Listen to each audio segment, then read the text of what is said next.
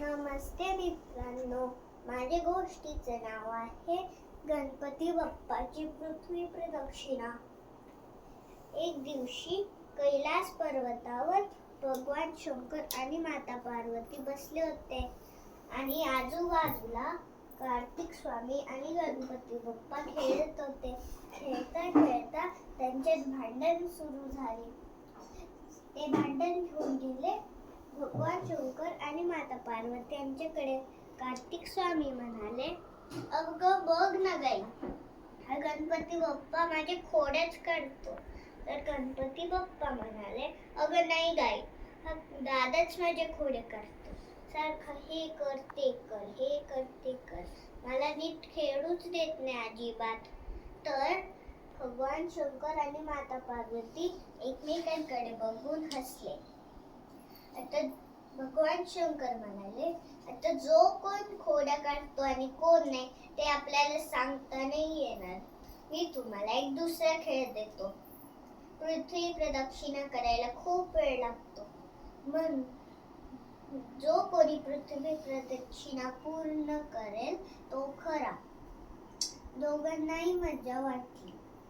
कार्तिक स्वामी त्यांच्या वाहनावर म्हणजे मोरावर जाऊन बसले आणि गेला पृथ्वी प्रदक्षिणा पूर्ण करायला. आपले गणपती बाप्पा बसले इकडे तिकडे बघत.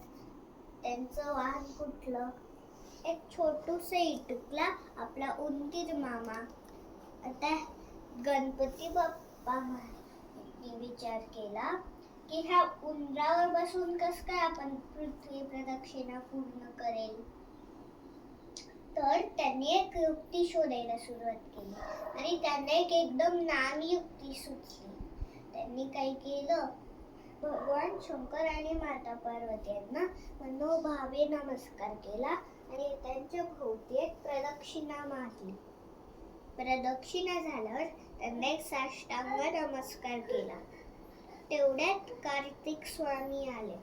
त्यांना वाटलं की मी जिंकलो आहे. तर गणपती बाप्पा म्हणाले, थांबा थांबा. सगळे त्यांच्याकडे बघायलाच लागले. गणपती बाप्पा म्हणाले, असं आहे का नाही की आईवडिलांच्या चरणाशी विश्वास्त, म्हणून मी पृथ्वीलाच नाही पूर्ण विश्वाला प्रदक्षिणा मारली आहे, हो की नाही?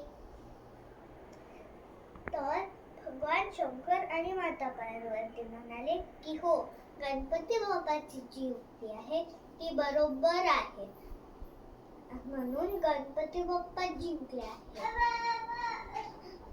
म्हणून मित्रांनो, आपल्या आईवडिलांचं ऐकायचं असतं आणि त्यांचा आदर करायला पाहिजे.